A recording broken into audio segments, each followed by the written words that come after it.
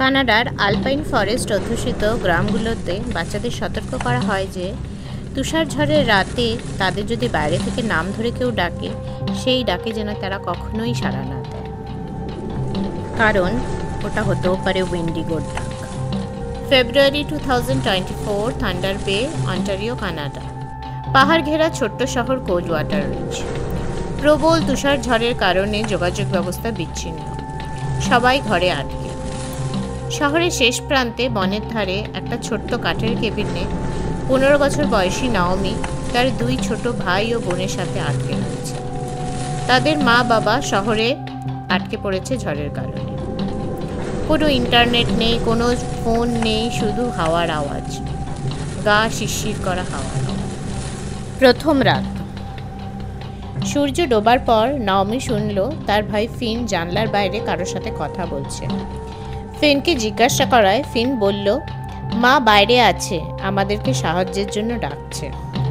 Naomi জানলার বাইরে তাকালো, কেউ নেই, শুধু তুষার ঝড় আর তুষার ঝড়, আর দূরে গা ছমছম করা গাছের সারি। তবু সে স্পষ্ট শুনতে পেল মায়ের গলা। দ্বিতীয় রাত। নাওমি জানলা দরজা সব বন্ধ করে দিয়েছে, তবুও রাতভর মেঝের নিচ থেকে নখ দিয়ে আঁচড়ানোর শব্দ আসছিল, মাঝে মাঝে নিঃশ্বাসের শব্দও শোনা যাচ্ছিল। তৃতীয় রাত। কখনো সামনের দরজা থেকে বা কখনো পিছনের দরজা থেকে কড়া নাড়ার শব্দ আসছিল, অথচ কেউ নেই। ভোর হওয়ার আগে তারা গুনে দেখল মোট 6 বার কড়া নাড়ার শব্দ তারা শুনেছে।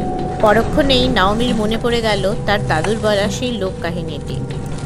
উইন্ডিগো 6 বার কড়া নাড়ে, 7ম বার সে ঢোকে।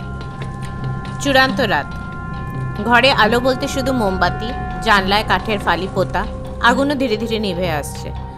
বাতাসের গর্জনে ঘর কেঁপে উঠছে। ঠিক 7 বার দরজার ছিটকিনি নিজে থেকেই খুলে গেল। ঠান্ডা কুয়াশা ধীরে ধীরে ঘরে ঢুকলো ফাটল দিয়ে।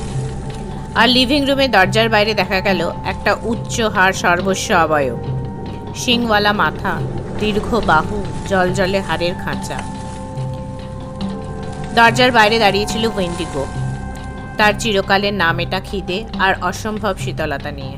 আর তার ঠিক পিছনে দাঁড়িয়েছিল বিয়া, নাওমির ছোট বোন, নগ্ন পায়ে বরফের ওপর হেসে বলছিল, চলো না, মা ডাকছে। পরদিন উদ্ধারকারীর দল কেবিনে পৌঁছায়। তারা দেখে নাওমি আর ফিন কেবিনের অ্যাটিকে জড়সড় হয়ে আছে। জমে যাচ্ছে তাদের শরীর, ভয় আর স্তব্ধতায় কথা বন্ধ।